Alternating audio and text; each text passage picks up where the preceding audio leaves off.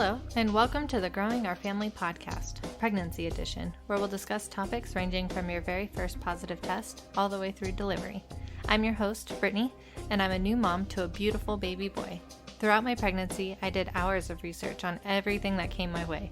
Join me on a weekly chat where I'll share my knowledge and personal experiences with all of you. You are listening to episode 12, My Birth Story. Welcome back, listeners, and hello to everyone tuning in for the first time. I want to start this episode out with an apology for my voice. My son came home from daycare with another cold. If you listen to my parenting podcast, you'll know all about this already, but I have a stuffy nose and all the things that come with a cold, courtesy of my son and his lovely daycare. So this week, I'm going to be talking about my birth story. I know I've brought it up a few times on the podcast and referenced it a little bit, so I figured it's time to just go ahead and tell you guys all about it. So for future reference, when I talk about it, you kind of know how it went, and who knows, it might help one of you because my birth story was a little bit out of the normal, I guess. So here it is. When reading back through my notes, I feel like my story could be taken as a bad birth story or like even a bad experience. So I just wanted to share my feelings with you guys before I give you all the facts, because I took notes. Well, better yet, my husband took notes of everything that happened starting from when my induction started. And I share pretty much the hard facts with you just so you know exactly what happened. It's not really skewed one way or another by how I was feeling at the time, because it was from a third person's point of view, my husband's. So my feelings about my birth is that labor's hard. There's no denying that. But I feel like I did have a very positive experience. Although it was longer than I would have thought or even expected, the reward greatly outweighed any hardships that I encountered. I don't run, but I imagine running a marathon without any training would be pretty similar to this. There will be times that you want to give up, times you feel like you never should have signed up for this in the first place, and times that you would wish that you would have done a lot more to prepare your body for this crazy experience. No matter how you got to the finish line, you should be so proud of yourself. And if you ever find yourself running a marathon or giving birth without any training, remember that you could always stop and take a walk. The marathon isn't just going to end because you want it to. Labor isn't going to end just because you're tired of dealing with it. But I feel like part of it is all about your perspective, how you look at it, and how you continue on from that point. My biggest advice is just go into this with goals, but not expectations. Everyone's birth experience is different, and you cannot compare yourself to others. One of my good friends gave birth to her first child 2 months before me. She had her baby in her arms, I think it was like 3 hours after getting to the hospital. Did I wish my labor was that short? Absolutely. Did I expect that? Absolutely not. I also know moms that labored and pushed for way longer than I did. So, you never really know what to expect until you actually go through it. And everyone's birth story is going to be so different from each other. At the end of the day, every single birth story is amazing. Short or long, medicated or unmedicated, vaginal, cesarean, whether you do it in a hospital, you do it at home, or a birth center with a doctor or midwife. These are all special because it's unique to you, and unlike any other story out there, it is the story of how your precious human came into this world and started their life. So whether it was kind of what you imagined or not, this is the story and the beginning of your baby's entire life. This is how they were born. So it's so special to me, and if you kind of go into it with that mindset, then you'll be able to handle anything that gets thrown at you. My birth story actually starts at my 36-week tummy check appointment, and that was on January 2nd of 2019, this year. My OB was on vacation, so I was scheduled to see one of the nurse practitioners at the office. During the normal evaluation, the nurse noticed that my blood pressure was pretty high and had me lay on my left side for a while before checking it again. She did this 3 times before my exam, and my numbers were still super high. We did the tummy check, and baby's heartbeat sounded great, which was amazing, and I was dilated to 1 centimeter. My blood pressure still wasn't going down, and she was slightly concerned that I was leaking fluid. I had also lost part of my mucus plug earlier, just when I got to the office and used the restroom. After 5 blood pressure checks, my bottom number was still around 103 and 98 at the last 2 checks, and they sent me over to labor and delivery to rule out preeclampsia. After meeting up with my husband and getting checked into the hospital, they started with a blood draw and took my blood pressure again. We sat there for about an hour while they ruled out preeclampsia and determined I was not leaking any fluid. However, they think I had gestational hypertension, and the on-call doctor recommended induction at 37 weeks. They told me to call back the next morning to schedule an appointment with the other OB, and this was the second one at my practice. I had 2 doctors, Dr. F and Dr. N, I will call them because I don't want to use their real names. So Dr. N was the female doctor at the practice, and she is the one who saw me since Dr. F, my male actual OB, was still out of town on vacation. It was so crazy at this point because I went from having 3 weeks or more before I met my son to having almost 3 days. And that was just crazy. It totally threw me through a loop. I had a perfect pregnancy up until this point. I was talking about like intermittent fetal monitoring and all these things that you read about, and you're like, oh, if you have a low risk pregnancy, you can, ask for these like special privileges during labor. And all of those things got thrown out the window right there. I called the next day, and they got me in same day at 1 p.m. with Dr. N, and I tidied up my desk a bit and shut down my computer just in case they sent me over to labor and delivery for more tests. I didn't really think that anything was going to come of this appointment. I just figured it might take longer than normal, so I may not be going back to work that same day. This time I had met my husband at the office just in case. I got to the appointment and my blood pressure was still really high, so I had to lay on my left side again for the next 3 checks.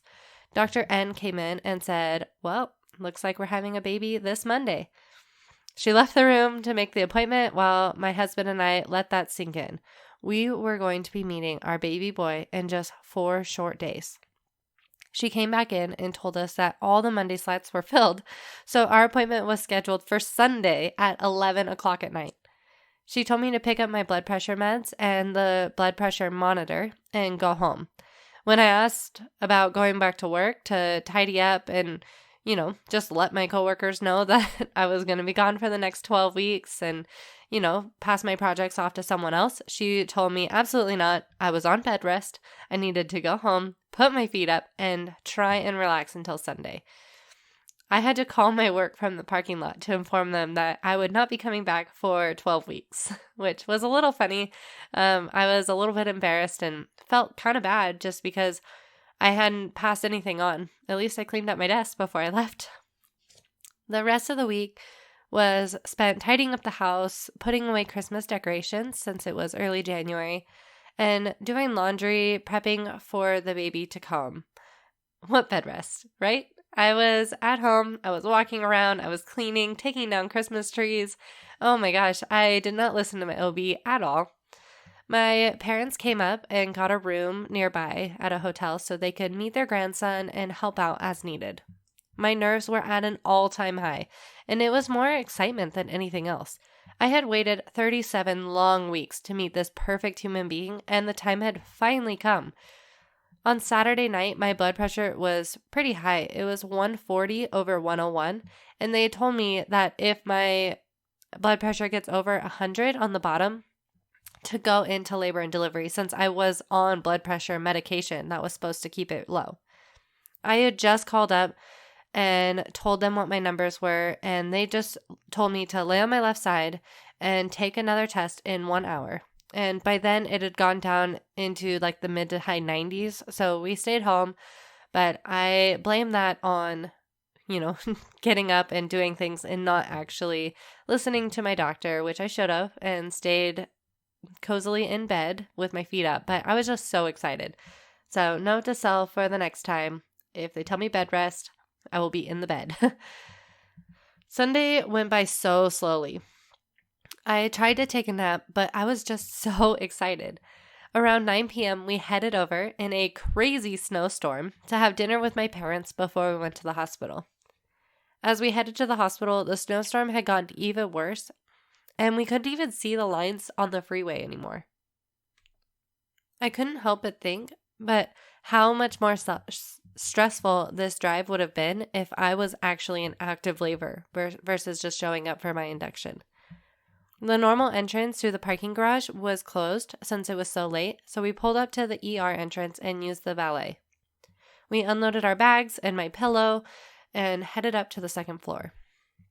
I felt like we were checking into a hotel, which makes me laugh because I always imagined this moment full of stress and panic as I braced through contractions and like my water had broken and I was leaking all over the floor and I couldn't breathe. And, this is just the picture you have when you think about going into labor. And I just walked casually in, handed them my ID, and they walked us back to our delivery room and had me get undressed and get into bed. And it was super laid back. I was like, am I even about to have a baby right now? This does not feel normal. So this next section is all about my labor experience. So I got into our room at 11 p.m. and the nurse asked me to change and she would be right back. I was well situated into bed and waiting impatiently for this show to begin. She came back and checked me and I was still at 1 centimeter dilated, but I had already had contractions occurring more than 12 per hour on all on my own before any medications. So at 12:30 a.m., our on-call doctor comes in and inserts a misoprostol pill, I think it's called, and started me on Pitocin. 4:30 a.m., I was 2 centimeters dilated and 70% effaced. At 5 a.m., the Foley bulb was inserted and my contractions started to get more frequent and more painful. They were much harder to talk and breathe through, and during each contraction, I was leaned over the table and just like moaning and groaning through them. I was not sure how I was going to continue to tolerate them if they're only going to get worse. The balloon was supposed to fall out at 4 centimeters, and it wasn't even close to moving. Honestly, I kind of felt like a wimp. I was like, I had this huge plan of going through all of labor unmedicated, unless, I really needed it. I had a very open mind. I was going to try to go as long as I could, but if I ever got to the point that, I was just so uncomfortable, I was going to get the epidural.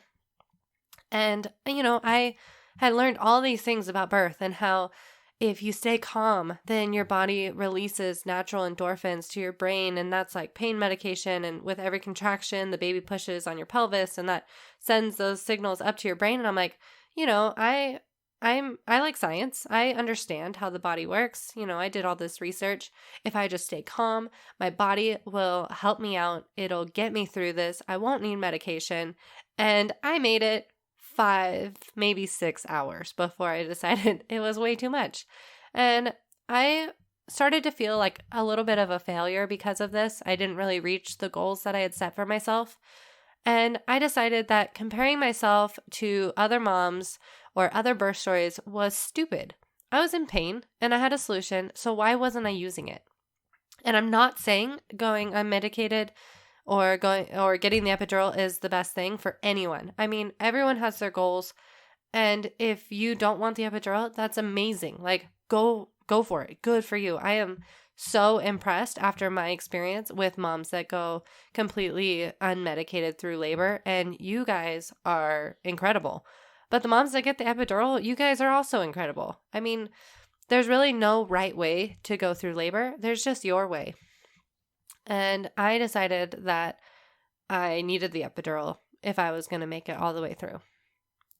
6:45 a.m., I asked for the epidural, and the nurse said the anesthesiologist had a scheduled C-section and could come in and see me right beforehand. So at 7:30 a.m., the epidural was in, and the pain wasn't really bad at all. I had a spinal tap when I was back in high school, and that was terrible. It felt like someone had reached into my spine, gripped their hand and was just twisting, and I was in tears. It was a really bad experience. They thought I had meningitis, and this is exactly what I imagined my epidural was going to feel like. So I was really, really dreading it. But it was way easier than that. He started by numbing my lower back, which kind of felt like a bee sting. It was a small, very small needle that he just poked in. He inserted the needle and I felt some strong pressure, but really shortly after I felt relief. And that was just amazing compared to the hellish contractions I had been having. They waited for my epidural to fully kick in and they inserted my catheter. I was just happy I didn't have to get up anymore to pee, which was terrible. It was so awful before because I would have to get out of bed, grab my IV tower, and wheel it over to the bathroom. Then my husband would have to help me feed the cords under the door because it wasn't really long enough to reach everything. And then I had to move my gown while attached to all these lines. And I had to pee so bad because I was drinking water and they were pumping me full of fluids. I thought I was literally going to pee on the floor every time. And the balloon felt really weird, especially since part of it was taped to my inner thigh. It was just not a great experience. And the next few hours were so slow now that I got the epidural. They put the catheter in. I was out of pain, but I could still feel when I was having a contraction. My epidural, instead of just a shot, it was an IV line. And so it was giving me a very, I wouldn't say low, but a mid dose of the medicine constantly. So I was at a very constant level of pain management. I had a bolo button on my bed that I could push if I ever wasn't getting enough or I was in pain. And it was perfect.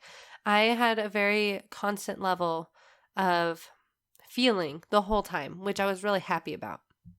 My husband and I were both able to take a short nap, which was really nice and helped me kind of refresh before I got ready to deliver.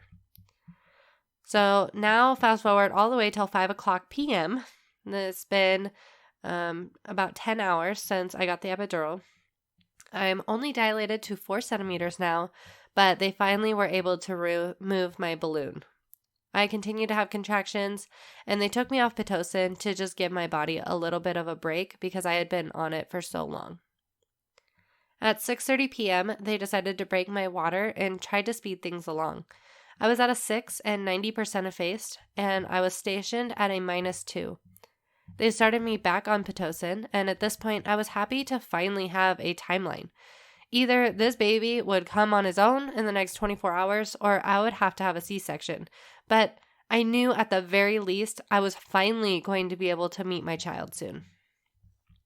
8:30 p.m. Now I'm at a 7 and I was 100% dilated, and the baby is at a station -1 and his head was dropping. I was so happy because I feel like I was finally making progress after all of this time had passed. 10:30 p.m. I progressed to an 8. They inserted an internal contraction monitor to see if my contractions were getting any stronger. The doctor was a little bit worried that I was making such slow progress, so she just wanted to see how strong my contractions were. The outer contraction monitors that they put on the outside of your belly, those monitor when you have contractions, how long, but they can't actually monitor the strength of them. So the internal one that they put inside of you, those ones do. At 12:30 a.m., I'm only at a 9 now, over 24 hours in, and I'm starting to feel very anxious and really tired. At 1:30 a.m., my cervix on the left was not fully gone, but the right side was, which I didn't even know was a thing, that one side of your cervix could finish effacing before the other side. So we started also having some issues with baby's heart rate dropping during contractions. They assumed that the cord was getting pinched or might be wrapped around his neck. I had continued switching sides, and I was laying on my right, which was more comfortable to the stabbing pain that I had in the top right of my belly, but it was worse for baby's heart rate and wasn't the best position for my cervix to finish effacing. Contractions were very strong by then, and I really felt them. It was lots of pressure and a little bit of pain despite the epidural, but I think I prefer this versus some of the other stories I hear of moms not feeling anything with the epidural. So I really enjoyed being able to tell what was going on with my body. In the moment, it's uncomfortable, but looking back, I was really happy about this. The top part of my belly hurt during each one of the contractions, and the epidural didn't cover that high. So they think baby may have kicked me and I had some bruising, which was causing the pain, but they weren't really sure what was causing it. It was way up at the top of my belly, really right below my boobs, over my ribs. So I'm not sure really what that was. That was like the worst part of the whole labor, which, compared to an unmedicated birth, that's probably nothing. 2:30 a.m. They thought I might be ready, but after checking, I still had some cervix left, which was really disheartening. They told me like, oh, I think you're about ready. And they checked and they're like, oh no, a little bit longer. So they came back at 3 a.m. and my cervix was gone and they started to prep the room for the pushing stage. I'll tell you what, it was crazy watching them just like transform this room. They pulled out the stirrups, they pulled out all these things that you could put your feet on, and because I was had the epidural, I had to be laying down, so I couldn't really do some of the pushing stages that I wanted to do, like all fours or leaned over the bed. All these things I had researched and that I wanted to try were kind of out the window. And I didn't really research a lot on different ways to push while laying flat on your back because I read that it's not really the most effective way. So I'm like, oh, there's no way I'm going to do that. I'm just going to look up all these other things. So my advice is to kind of look up all the things related to birth because you never know how your birth story is going to end. At 3:15 a.m., I started pushing, and I'll tell you what, it sucked. Every contraction, they had me hold my breath and do a sit-up and push for 10 seconds, take a 3-second break, and push 2 more times after that. So it was 10 seconds of pushing while the nurse counted so slowly. I swear it was longer than 10 seconds, but that just may have been in my mind. Then I got to lay down for 3 seconds, which I can't even tell if it was more work to have to do multiple sit-ups with this huge belly and then do that twice more. Every single contraction. And it was a lot of pressure, and it was definitely the strongest workout of my entire life. The beginning of the pushing was hard because it was so much work and so much pain, and, you couldn't really see anything. You couldn't feel anything. You felt like you weren't making any progress. I felt like I was doing it wrong. And during each contraction, I just had this worst stabbing pain in the same upper part of my belly. It wasn't long before I was in tears and I wanted to be done. This was probably the hardest part of the entire time. And looking back, it was not as bad as what I thought it was, but the emotions were high. I had not slept in almost 24 hours, and I was just exhausted. At 3:30 a.m., the nurse started to see the top of his head. I changed my mind about the mirror. They asked me originally if I wanted to have the mirror on the ceiling turned on so I could see what was going on. And at first I was like, oh no, that's gross. I don't want to see that. I do not need that image in my mind. But I will tell you what, it got so much easier to push because I could see the progress being made on each push, and it became so much more motivating to really give it my all. And with each push, I would actually see everything kind of open up. Sorry for the visual. And I would start to see his head come out. And that right there, I was like, okay, I'm almost done. Every single push, I told myself, I'm almost done. I can do this. I'm almost there.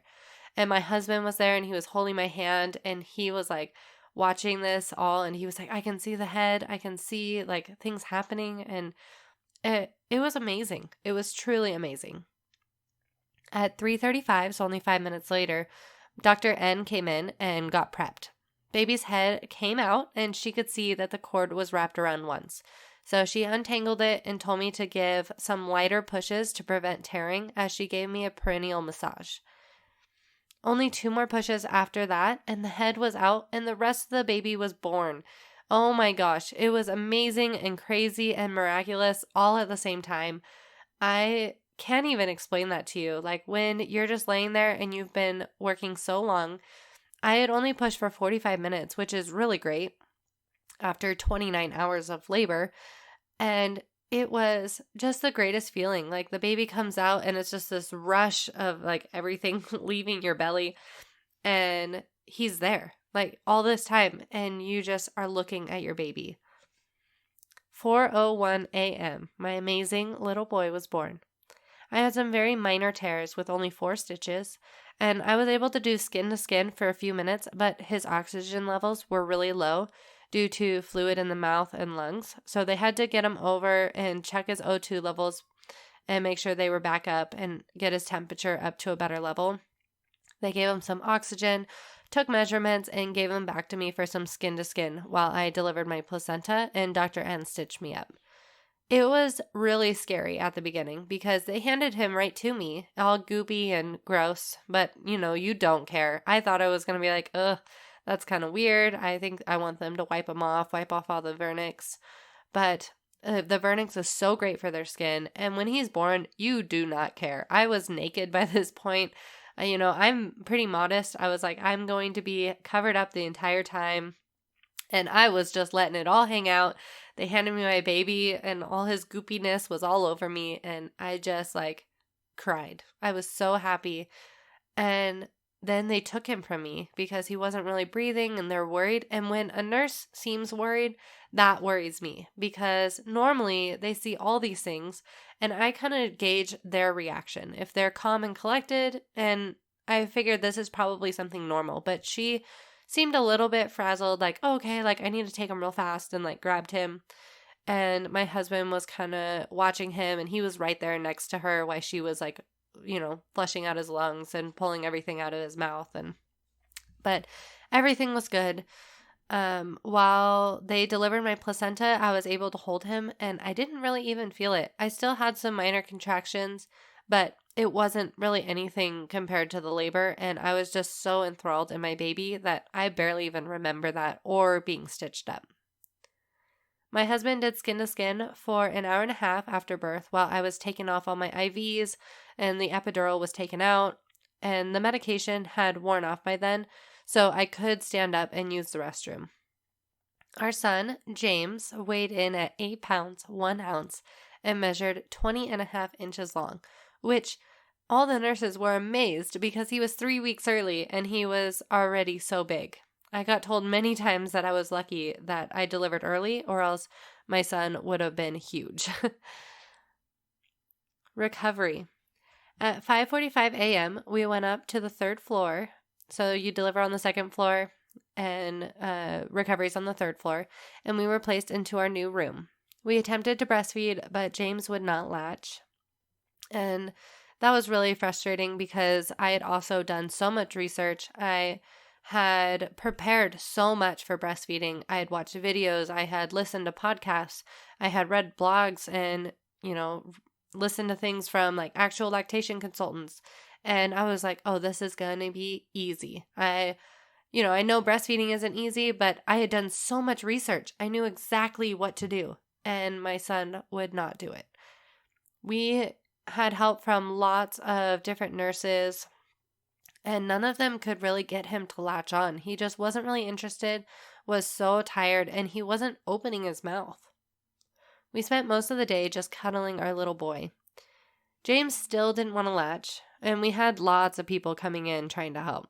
We were supplementing with donor breast milk for the time being at the hospital, and I was pumping and feeding him all of my colostrum as well. Finally, a lactation consultant came in, and I was finally able to get him to latch.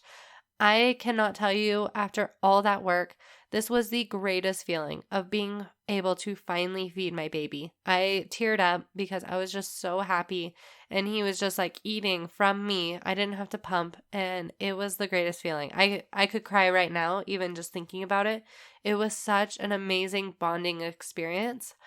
And even if you don't plan to breastfeed, I highly suggest just getting them to latch on, or at least trying to, because obviously that's not something that you can really control.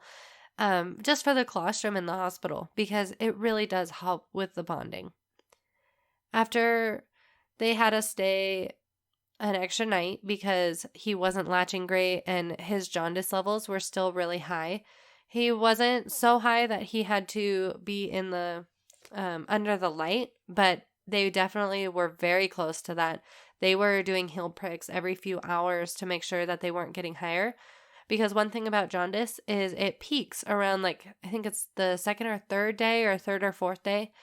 And so they just kept getting a little bit higher and a little bit higher. So they were very worried about that.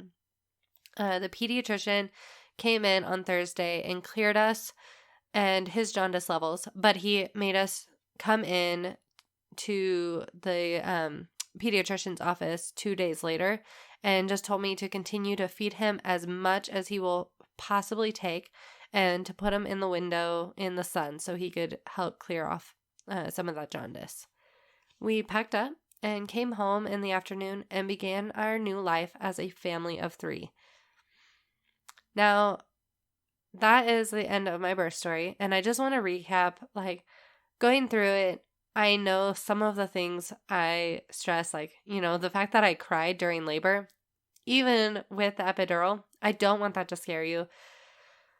I struggled with it a little bit in the moment, but looking back, it is so empowering to know that even though it was the hardest thing I've ever had to do in my entire life, I did it. And my son's here, and he is the most amazing little boy I've ever met in my life.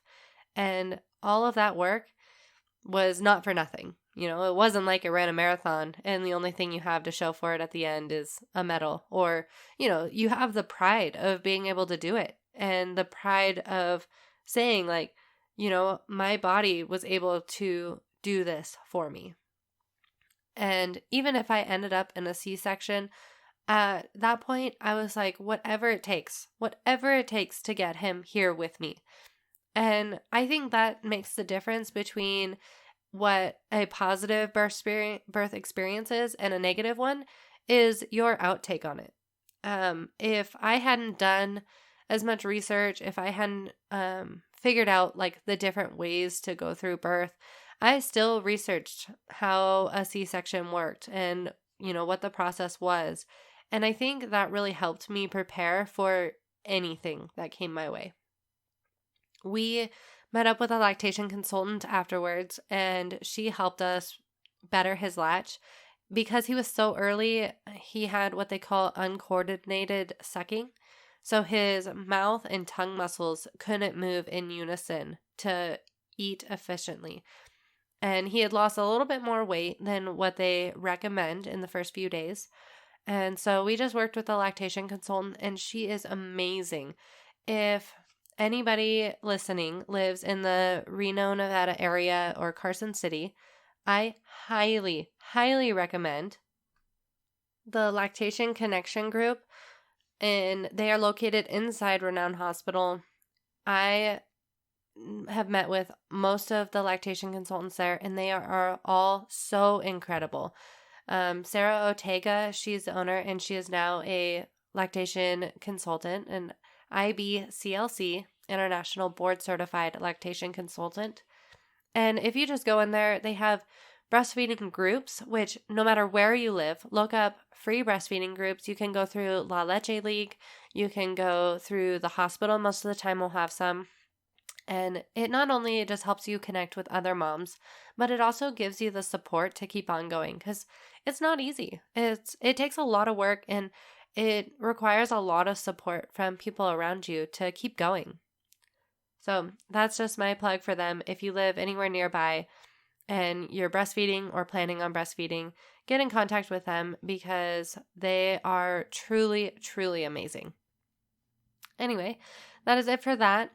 I will not be doing a product review today just because I'm a little bit over on time already. But you can go onto my page. One of the things that I used the whole time in the hospital was my nursing gown, which I also used during my maternity leave. And I've done a review on that earlier on my parenting podcast. and I have a full written review, and I will link to it in my show notes in case you guys are interested in just checking it out. I lived pretty much in this gown the whole time I was in the hospital. They were constantly doing checks to make sure that, the bleeding was in track and my stitches were fine and, everything like that. So I just really suggest checking that out and going with that. So anyway, that is it for this week on the Growing Our Family Pregnancy Podcast. Make sure to visit our website, growingourfamily.com.